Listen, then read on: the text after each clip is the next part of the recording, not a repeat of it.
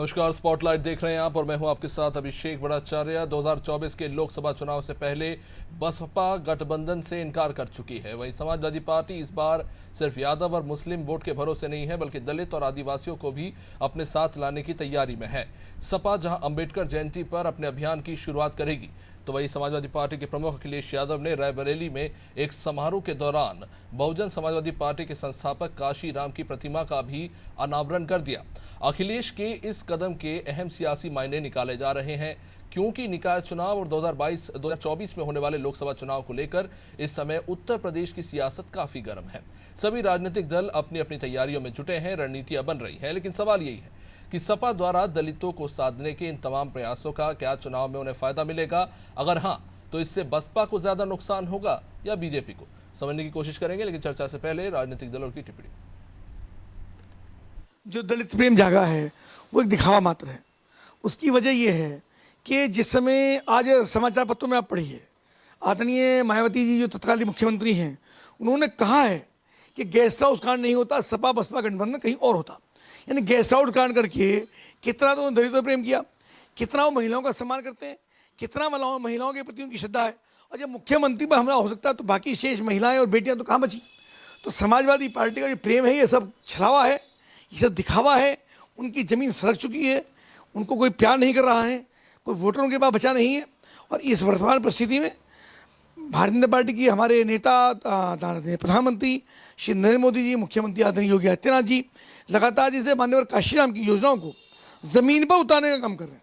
गरीबों के लिए कल्याणकारी योजना, जो सपना काशीराम जी ने देखा, उस काशीराम जी के सपने को मुख्यमंत्री जी, प्रधानमंत्री धरातल पर ला करके जन जन तक कल्याणकारी योजनाएं पहुंचा रहे, उनके चेहरे पर मुस्कान ला रहे। भारतीय जनता पार्टी बौखला गई है।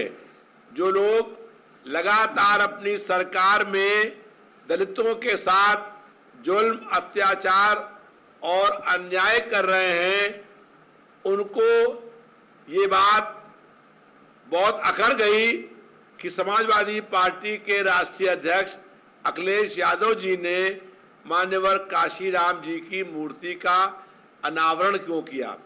समाजवादी पार्टी की सरकार में दलितों और पिछड़ों को पूरा सम्मान मिलने का काम किया। समाजवादी पार्टी दलितों को उनका हक, उनका अधिकार, उनका सम्मान और उनको न्याय दिलाने के लिए हमेशा संघर्ष करने का काम करती रही है। तो चलिए, आपने सभी की टिप्पणी सुन ली। अब इस चर्चा को आगे बढ़ाते हैं। हमारे साथ हमारे तमाम मेहमान जुड़ चुके हैं, सभी का स्वागत करते हैं। सबसे पहले सुधा मिश्रा कांग्रेस से अपना पक्ष रखेंगे, आपका बहुत बहुत स्वागत। शशिकांत तिवारी बीजेपी से पार्टी का पक्ष रखेंगे, जयप्रकाश पांडे समाजवादी पार्टी से, और सैयद रजा रिजवी साहब जुड़ चुके हैं, वरिष्ठ पत्रकार हमारे साथ। आप सभी का बहुत बहुत स्वागत है। सबसे पहले मैं समाजवादी पार्टी के पास आना चाहूँगा। जयप्रकाश जी, आज काशीराम जी की मूर्ति का अनावरण हुआ, काफ़ी ज़्यादा चर्चा हो रही है इस बात की, पार्टी इसे किस तरह से देख रही है? देखिए अभिषेक जी, काशीराम जी की मूर्ति का अनावरण, अगर किसी को भी समाजवादी आंदोलन के बारे में बुनियादी समझ होगी तो ये अगर बाबा साहब लोहिया जी के दौर से भी देखा जाए तो हम लोगों की एक वैचारिक साझी जमीन है।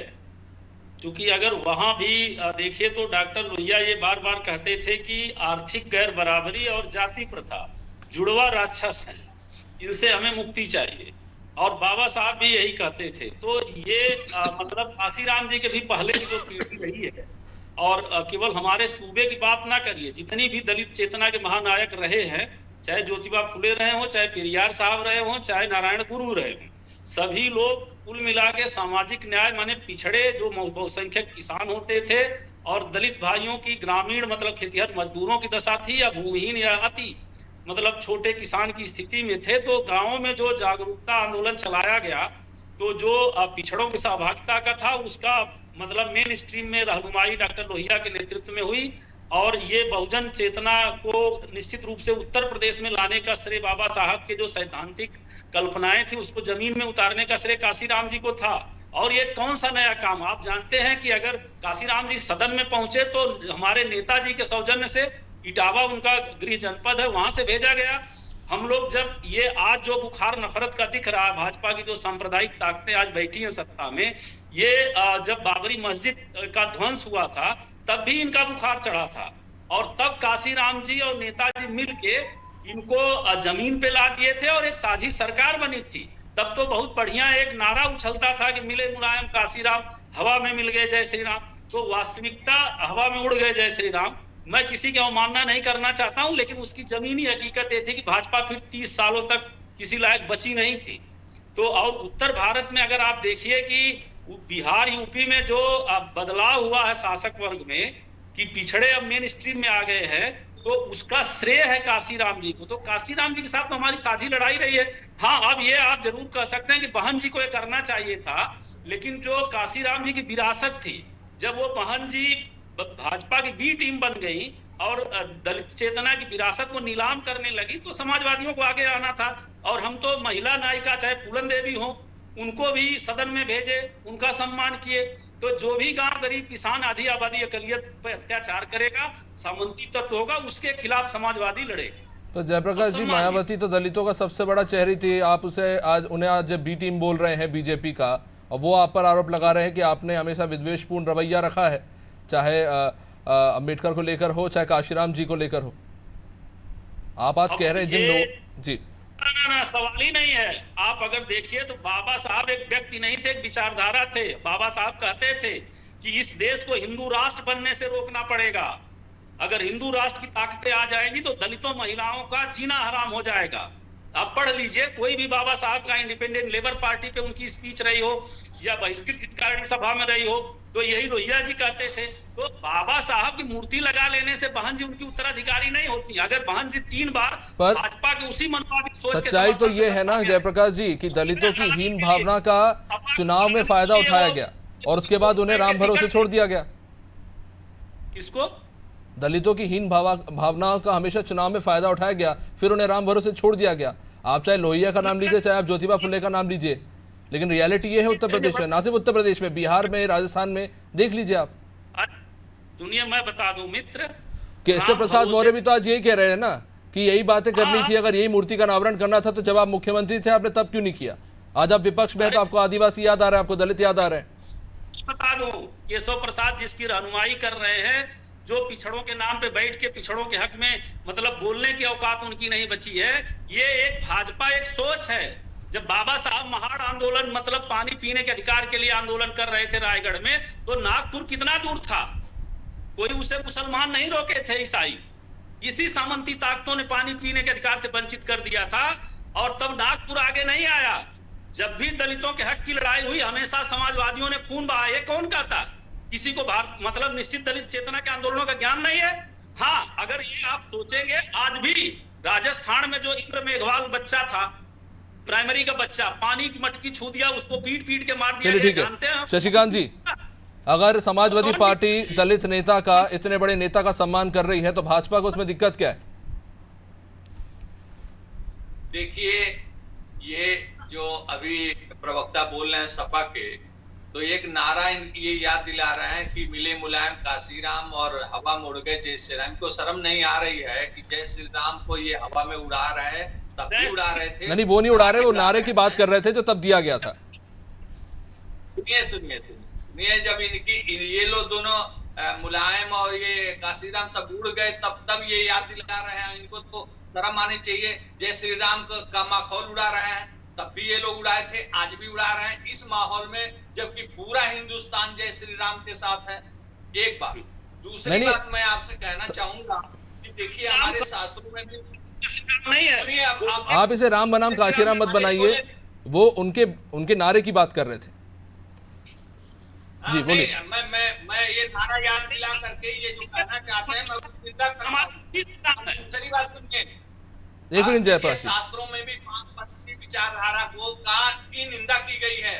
वामपंथी विचारधारा जो होती है, वो क्या होता है कि गरीब को उकसा करके, दलित को उकसा करके केवल ये लोग छोड़ देते हैं। केवल ये भी वामपंथी विचारधारा, उसी से प्रेरित ये लोग हैं। इन्होंने कभी सोचा नहीं कि दलितों का कल्याण कैसे होगा। जिन जातियों की बात ये करते हैं, उनका कल्याण कैसा होगा। इन्होंने तो केवल सरकार जब बनाई तो MOI की बात की, तब इनके दलित कहाँ थे, तब ये काशीराम कहाँ थे, तब क्यों नहीं इन्होंने मूर्तियां लगवा दी चारों तरफ। और मैं एक बात नहीं शशिकांत जी, समस्या तो यही है ना, दलितों के नाम पे सिर्फ मूर्तियां ही लगी है, कोई हाथी लगा के चला गया, कोई मूर्ति लगा के चला गया। उत्तर प्रदेश की सच्चाई तो यही है ना। कौन सा नैतिक था? कांग्रेस यही कारण है, यही कारण है। बोलिए मत बीच में, अब आप बोलिए मत, बीच में मत बोलिए। यही कारण है कि 2014 में, 2017 में, 2019 में, 2022 में हमारे देश के जितने दलित भाई हैं वो माननीय आदरणीय नरेंद्र मोदी जी के साथ हैं, उत्तर प्रदेश में योगी जी के साथ हैं, और उन्होंने सरकार बनवा करके बहुमत से ये साबित किया है। ये तो ढोंग रचना है, ये वामपंथी बातें करते हैं, ये वाम। तो शशिकांत जी, सरकार तो बनवा दी दलितों ने, तो उनके हक की भी तो बात कीजिए ना। 3 साल से लगातार उत्तर प्रदेश में दलित अत्याचार पे नंबर 1 है। अगर दलितों ने आप नहीं, मैं बिल्कुल सहमत हूं, आपको बहुत बड़ी बहुमत से आपकी सरकार बनाई गई है उत्तर प्रदेश में, चाहे 2017 की बात है 19 की, लेकिन दलितों की जब हक की बात आती है तो अगर आप अपराध का ग्राफ उठा के देखिए, उत्तर प्रदेश लगातार 3 बार से टॉप पे चल रहा है दलितों से अत्याचार और उनके नाम पे जो FIR दर्ज हो रही है उसमें। नहीं, गलत बात है। सुनिए, आप जो ग्राफ देख रहे हैं, मैं NCRB की रिपोर्ट की बात कर रहा हूं, मैं अपनी। पहले तो क्राइम कम हुआ, उत्तर प्रदेश में क्राइम कम हुआ, देश में क्राइम कम हुआ। मैं स्पेसिफिकली दलितों के साथ हुए अपराध के आंकड़े बता रहा हूं, अपराध के नहीं।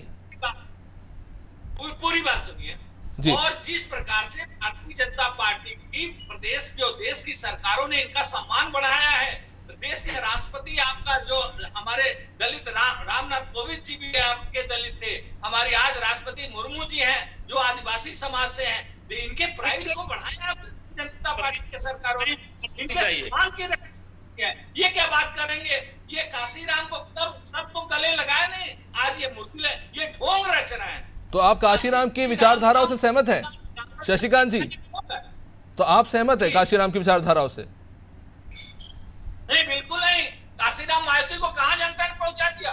भारतीय जनता पार्टी की अपनी विचारधारा है। अभी तो आपके मंत्री कपिल जी, अभी आपके मंत्री कपिल जी खुद कह रहे थे कि हम काशीराम जी के सपनों को साकार करेंगे। तो काशीराम जी, देखिए, अगर कोई अच्छी बात चला गया दुनिया से, उसमें अगर कोई अच्छी बात हो तो हम कोई भी ले सकता है उन अच्छी बातों को। मतलब आप सेलेक्टिव हैं, जो बात आपको अच्छी लगेगी वही आप चाहेंगे, और बाकी जो आपको पसंद नहीं आप नहीं करने वाले, भले आदिवासियों के हित में हो चाहे ना हो। चलिए ठीक है, सुधा मिश्रा जी आप कुछ कहना चाह रही थी, बोलिए। अभिषेक के नाम पे बिल्कुल निंदनीय है, उसी तरह इनका भी ये ढोंग निंदनीय है। चलिए ठीक है सुधा जी, मूर्ति लाके एक मिनट जयप्रकाश जी आपके पास आऊंगा अभी। सुधा जी आप बोलिए। कि समय बहुत कम होता है तो मैं चाहती हूँ कि जो जिसकी बारी हो वही बोले तो बात निकल के आ पाएगी। शशिकांत भाई बहुत बड़ी बड़ी बात कर रहे थे। भारत की राजनीति में पहली बार ऐसा हुआ कि नेताओं को भी दलित करके राष्ट्रपति के चुनाव को भी इस तरह करके दिखाया गया। आप जानते हैं 2009 में 3 जून 2009 मीरा कुमार जी लोकसभा की अध्यक्ष बनाई गई थी। तो हमने वो नहीं किया था कि हमें मालूम था कि जब कोई व्यक्ति अपने कर्म से आगे बढ़ता है उसे आप बार बार ये दिखाने की कोशिश कर रहे हो। उसके पहले जो कि ये लोग मानते हैं कि 2014 से पहले देश स्वतंत्र हुआ ही नहीं था, तो ये जो बड़ी बड़ी बातें करके जनता को बरगलाने और भरमाने की बात करते हैं, हमने कभी इस तरह की रोटी सेकने की चल में काम नहीं किया कि मीरा कुमार जी के नाम को चूंकि वो दलित नेता है तो उनको ये बार बार दिखाने की जरूरत क्या है। लेकिन इन लोगों की जो दिमाग में रहता है कि किसी न किसी तरह से उनको स्थान वही मिले जो हम देना चाहते हैं, क्योंकि इनकी मानसिकता जो विचारधारा है वो सिर्फ प्रभुत्व दिखाने वाली है। कभी भी दलितों के काम के प्रमोशन के लिए उनके आगे बढ़ने काम नहीं होता है। सोचिए, राष्ट्रपति एक संवैधानिक पद है, ये भी बड़े गर्व से लोग कहते हैं कि हमारी प्रधानमंत्री हमारे राष्ट्रपति दलित। अरे क्यों भाई, उन्होंने अपने कर्मठता से अपने उस पद को पाया है, आपने कोई उन पर एहसान नहीं किया है। तो इस तरह से दलित सामान्य पिछड़ा करके समाज में जिस तरह राजनीति फरमाया इन लोगों ने, और देश की राजनीति में कुचक्रों की जो चाल चली गई है, ये भारतीय राजनीति में इस भाजपा की देन है। इसके पहले कितने बड़े नेता हुए हैं जिन्होंने अपनी कर्मठता से जनता की आवाज बनके इस देश में दलितों को कहीं ना कहीं स्थान दिलाया है। पुरजोर कोशिश हुई है, लेकिन अब सारा मुद्दा क्षेत्रीय पार्टियों में, हर क्षेत्रीय पार्टी में बहुत जो बहुत अराधनीय वर्ग से आते थे, दलित थे, ओबीसी थे, हर वर्ग से आते थे, ऐसा नहीं था। हर वर्ग में, हर नौकरी में, हर जगह लोग पहुंच रहे थे। पहले सामाजिक व्यवस्था अलग थी, हम गुलाम थे, फिर हमने उससे आगे बढ़ने की कोशिश की। लेकिन जिस तरह से इस देश के राजनीति को एकदम भटकाने की कोशिश की गई भाजपा के द्वारा, 2014 के पहले जितने भी नेता हैं, किसी का नाम लेंगे नहीं, लेकिन कोई और बात करेगा तो कहेंगे नहीं, उसके पहले कोई था ही नहीं।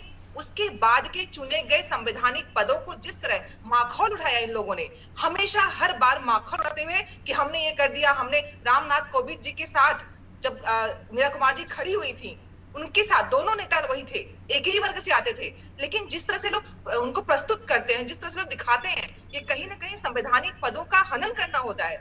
आप अपने संविधान का ही उल्लंघन कर रहे हैं, आप संविधान का ही बार बार पुरजोर विरोध कर रहे हैं, क्योंकि संविधान कहता है कि उस पद पर बैठने वाला व्यक्ति। तो 2024 के लोकसभा चुनाव को लेकर कांग्रेस की क्या रणनीति है, दलितों को लेकर खास तौर से? आप देखिए, खड़ा करने से पहले हम क्या कर रहे हैं वो देखना बहुत जरूरी होता है। शशिकांत भाई, मैंने सिर्फ सच्चाई बयान की है, मैंने आप पे कोई उंगली नहीं उठाई है। दूसरी बात, अभिषेक जी आपने पूछा कि हम क्या कोशिश कर रहे हैं। हम जनता को सच्चाई, जो इस देश में किन किन संस्थानों के बहाने इस देश के संविधान को नष्ट करने का प्रयास किया जा रहा है, कैसे कैसे इस देश में बहाने करके कि आप जब कोर्ट तक पहुंच जाएंगे तो आपके पास बहाना होगा ये कहने का कि अब ये संवैधानिक चीज है, निर्णय न्यायालय का है। आप जानते हैं कि जिस देश में स्टे लग जाए किसी भी सजा पे 1 साल का, क्योंकि मनमाना आपके अकॉर्डिंगली जज नहीं है, आप 1 साल का स्टे लगा दो, खुद के केस में किए गए और अचानक उस पर इतनी फुर्ती से काम होने लगे, तो हमारा फर्ज बनता है, इस देश का फर्ज बनता है कि हम आने वाले चुनाव में जनता को बता सके कि इस देश में कैसे कुछ पदों पे बैठे हुए लोग मनमाने ढंग से इस देश के संविधान का माखौल उड़ा रहे हैं। इस देश के सुधा संविधान जी, को राहुल गांधी पर तो ये केस अभी हाल ही में हुआ है और उसमें उनको जमानत भी मिल गई है। या दलितों की बात हो रही है जो दशकों से शोषित हो रहे हैं, उनको लेकर कांग्रेस की क्या रणनीति है? हमने कहा कि इस देश में हर उस सच्चाई को बेनकाब जो क्योंकि इस देश में लोकतंत्र तो रहा लेकिन दलितों को आधा ही मिला लगता है। नहीं, अभिषेक जी, अगर आप पैरेलल जाएंगे तो जिस तरह से दलितों को आगे करने का प्रयास किया गया, क्योंकि सामाजिक संरचना में वो चीजें बहुत तेज हो पाना मुश्किल था, इतना मुमकिन नहीं था, लेकिन फिर भी राजनीतिक रूप से, सामाजिक रूप से, संवैधानिक रूप से उन्हें आगे बढ़ाने का हर बार प्रयास किया जाता रहा है। चलिए ठीक है, नेताओं ने कई बार ऐसा किया है और हम चाहते हैं कि जो चीज की गई है उस पर इस तरह पर्दा न पड़े। वो जितनी गति से आगे बढ़ रहा था उतनी ही गति से आगे बढ़े, उसका माहौल न बनाया जाए। अभिषेक जी और जयप्रकाश जी, जल्दी से आपका जवाब चाहूंगा, फिर मैं सैयद साहब के पास आना चाहूंगा। देखिए मित्र, मैं ये डिबेट झगड़े के स्तर से अगर ऊपर उठाऊं तो एक चीज जान लीजिए कि सामाजिक बराबरी का जो आंदोलन होता है वो भारत ही नहीं, तो आर्थिक प्रगति के बराबर नहीं होता। अमेरिका 1776 में आजाद हुआ, लेकिन काले लोगों को दास्ता से मुक्ति 1860 में लिंकन के शहादत के बाद मिली, और जब मार्टिन लूथर किंग लंबी लड़ाई लड़े तब जाके सिविल राइट एक्ट मतलब इंप्लीमेंट हुआ। वो भी केनेडी भी मारे गए और वो भी शहीद हुए, मार्टिन लूथर किंग। तो ये चीज जान लीजिए, भारत में बाबा साहब ने बराबरी दे दी थी, लेकिन बराबरी के बाद जब महिलाओं को बराबरी दी गई हिंदू कोड बिल में एकदम पुरुषों के बराबर, तो हिंदू कोड बिल जब रखा जा रहा था, बाबा साहब उसी से क्षुब्ध होकर त्याग पत्र दे दिए। तब ये जो हमारे मित्र बैठे हैं, इनके वैचारिक पुरखे, जनसंघ नहीं था, लेकिन तब आरएसएस, हिंदू महासभा, करपात्री जी की मतलब राजनीतिक संगठन था, ये सारे लोग विरोध किए। तो इनका पूरा का पूरा इतिहास संविधान सभा में भी जब चर्चा होती थी, गोलवलकर जी ने लिखित साक्ष्य है, आरक्षण का विरोध किया, महिलाओं को मताधिकार देने का विरोध किया, मंडल आयोग का विरोध किया। तो इनकी कारण है कि पेरियार कहते थे या बाबा साहब की नहीं, हिंदू राष्ट्र खतरा। हिंदू राष्ट्र में इनकी जो संकल्पना, जो एक कह रहे थे मैं राम का विरोधी नहीं हूँ, मेरा राम गांधी का राम है, कबीर का राम है, गोडसे का राम नहीं है। आप गोडसे के राम, इसलिए समय सीमित है जयप्रकाश जी। सैयद साहब, आपने सभी को सुना। सबसे ज्यादा महत्वपूर्ण इस बात पर चर्चा हो रही है कि निकाय चुनाव भी है और लोकसभा चुनाव भी होने वाले हैं। ऐसे में खास तौर से समाजवादी पार्टी का जिस तरह का रुख है और लगातार आदिवासी और दलितों को लेकर जिस तरह से कार्यक्रम हो रहे हैं, इसे किस तरह से आप देख रहे हैं और क्या लगता है किसको ज्यादा नुकसान होगा, बीजेपी को या बसपा को? देखिए, समाजवादी पार्टी ने 2022 में जब एमएलए का चुनाव हुआ तो उस एमएलए के चुनाव में समाजवादी पार्टी ने अपना ये आंकलन किया कि कहीं ना कहीं हमने जो दलित समाज के लोग हैं उनको हम अपनी तरफ इकट्ठा नहीं कर पाए। जैसे चंद्रशेखर चाह रहे थे कि समाजवादी के साथ जुड़ के जो है वो हम चुनाव लड़ें और हमें जो है अच्छी संख्या मांग रहे थे विधायक की, तो अखिलेश ने उनको दिया नहीं, इसलिए वो निर्दलीय जाके गोरखपुर से लड़ गए। तो कहीं ना कहीं अखिलेश ने महसूस किया कि हमें दलित समुदाय जो है उस तरीके से वोट नहीं दे रहा है जिस तरीके से हमें यादव और मुसलमान और कई जातियां उनको वोट देती हैं। तो आप देखिए कि मैं तो विधानसभा में मौजूद था, जब शपथ ग्रहण हो रहा था विधायकों का, तो कई विधायक समाजवादी पार्टी के शपथ ग्रहण करने के बाद एक नारा लगाते थे, जय भीम, जय भीम। तो हमें यह महसूस हुआ कि ये समाजवादी पार्टी के लोगों ने महसूस किया है कि जो है, जो हमारे तरफ दलित समुदाय वाले नहीं हैं, तो इनको कैसे इकट्ठा किया जाए। और यही वो है जो काशीराम जी की मूर्ति का जो अनावरण हुआ है, वो खाली ये इसलिए है कि समाजवादी पार्टी की तरफ दलित समुदाय आकर्षित हो। काशीराम BS4 बनाए थे पूरे देश के अंदर, पूरे प्रदेश में, हर जगह ये अपनी जो है पार्टी को मजबूत कर रहे थे। पहले इन्होंने राजनीतिक पार्टी नहीं बनाई, इन्होंने BS4 बनाया, DS4 बनाया, उसमें अपने जातियों को इकट्ठा किया, लेकिन कोई चुनाव नहीं जीत पाए थे काशीराम। चुनाव जब जीते, जब मुलायम सिंह यादव से किससे संबंध अच्छा हुआ, मुलायम सिंह यादव ने कहा भाई तुम लड़ो इटावा से चुनाव, ये मेरा गृह जनपद है, और सबसे पहले लोकसभा में भेजने का काम समाजवादी पार्टी ने ही काशीराम को किया है। काशीराम के जो बहुजन समाज जो जिनको एकत्रित कर रहे थे, उन्होंने कहीं लोकसभा से कोई ऐसा क्षेत्र देश में नहीं था कि वो इकट्ठा करके वोट दे देते और जाकर मेंबर ऑफ पार्लियामेंट बन जाते। तो कहीं ना कहीं समाजवादी पार्टी में काशीराम का प्रेम है। दूसरा, भारतीय जनता पार्टी सर आपकी इस बात को इस तरह से भी लिया जाए कि अखिलेश यादव वही स्ट्रेटेजी अपनाने की कोशिश कर रहे हैं जो उनके पिता मुलायम सिंह यादव ने अपनाई थी? कोशिश यही कर रहे हैं अभिषेक जी, बिल्कुल, कि हम दलित समुदाय को लेके चलें, लेकिन भारतीय जनता पार्टी ने भी दलित पर बहुत काम किया है और दलित समुदाय को जोड़ने की कोशिश की है। इसीलिए हमें लगता है कि जो मायावती का वोटर है, वो ठीक है कि 10 मेंबर ऑफ पार्लियामेंट उनको मिल गए समाजवादी पार्टी के जोड़ के साथ। उससे पहले उनके एक भी मेंबर ऑफ पार्लियामेंट जो है लोकसभा में नहीं थे, और ये जब इन्होंने समाजवादी पार्टी के साथ किया तो समाजवादी पार्टी के 5 ही MP आए और इनके 10 MP जीत गए, क्योंकि समाजवादी, हमें लगता है कि समाजवादी के जो वर्कर हैं, इन्होंने बढ़ चढ़ के वोट दिया तो इनके मेंबर ऑफ पार्लियामेंट बढ़ गए और इनके पार्लियामेंट 5 ही रह गए, इनके मेंबर ऑफ पार्लियामेंट। तो कहीं ना कहीं मायावती का वोट बैंक घटा है और मेंबर ऑफ पार्लियामेंट में देखा जाए किस कर्मठ बैठता है। ये भारतीय जनता पार्टी दलित समुदाय को इकट्ठा करके रखती है अपने पास, कि समाजवादी पार्टी रखती है कि बहन मायावती अपनी तरफ लेके जाती हैं, क्योंकि वो अब इस टाइम चुनाव पे वो जरा से आगे आ रही, खाली ट्वीट करती हैं मायावती जी। मैं तो समझ ही नहीं पाता, भाई आप मुख्यमंत्री रही हैं, आप जनता में जाइए, जनता के रहबरी कर रही हैं, उनके बीच में जाइए, माफी चाहूंगा, समय यहाँ पे समाप्त हो रहा है। आप सभी का बहुत बहुत शुक्रिया इस चर्चा में जुड़ने के लिए। सभी ने अपने अपने विचार रखे हैं और जैसा कि देखने को मिल रहा है कि उत्तर प्रदेश में दलितों और आदिवासियों को चुनाव जीतने के लिए अपने साथ रखना बहुत ज़रूरी है। समाजवादी पार्टी एक नई रणनीति के साथ आगे बढ़ रही है और जाहिर तौर पर भाजपा की आने वाले लोकसभा और निकाय चुनाव को लेकर अपनी रणनीति है जिस पर काम कर रही है, और ऐसे में बार पलटवार का दौर उत्तर प्रदेश में शुरू हो चुका है। फिलहाल इस कार्यक्रम में इतना ही। आप देखते रहिए अनादि टीवी। नमस्कार।